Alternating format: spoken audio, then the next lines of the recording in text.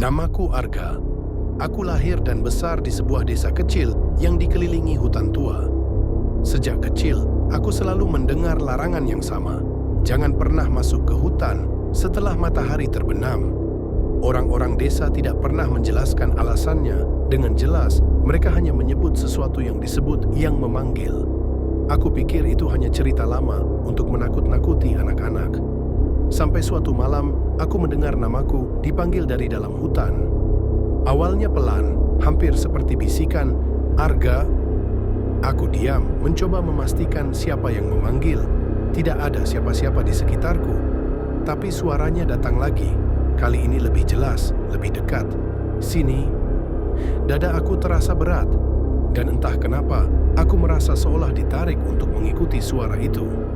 Aku melangkah masuk. Hutan malam itu terasa berbeda. Tidak ada suara jangkrik, tidak ada angin, tidak ada kehidupan. Hanya diam. Dan langkah kakiku sendiri. Setiap beberapa meter, aku mendengar ranting patah, seolah ada sesuatu berjalan di belakangku. Tapi setiap aku menoleh, tidak ada apa-apa. Di balik kabut tipis, aku melihat sosok hitam kurus dengan mata menyala. Dia tidak bergerak, tidak berbicara. Tapi aku tahu, dia yang memanggilku.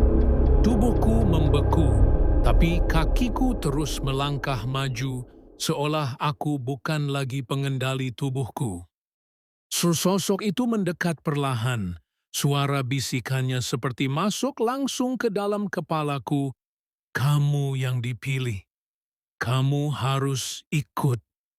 Aku mencoba berteriak, tapi mulutku tak mau terbuka. Aku ingin lari, tapi tubuhku tak bergerak. Dan pada saat itu, aku berpikir, aku akan mati di hutan ini. Tiba-tiba, cahaya api menerobos gelap. Seorang pria tua dari desa berlari ke arahku sambil membawa obor. Makhluk itu mundur, menghilang ke dalam kabut, seolah takut api.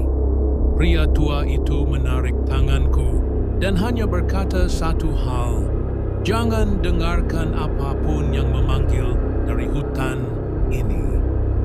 Di rumahnya, dia bercerita bahwa dulu orang-orang desa sering hilang setelah mengikuti suara yang memanggil nama mereka. Makhluk itu adalah sesuatu yang hidup dari rasa takut manusia. Dan ia akan terus memanggil sampai seseorang menjawab. Malam itu aku mengerti kenapa desa kami takut pada hutan. Aku kembali ke rumah, berusaha tidur, mencoba melupakan semuanya. Tapi tepat sebelum aku memejamkan mata, aku mendengar suara itu lagi, pelan, lembut. "Arga." Aku menatap jendela ke arah hutan gelap di kejauhan. Suaranya memanggilku, dan aku tahu itu belum selesai.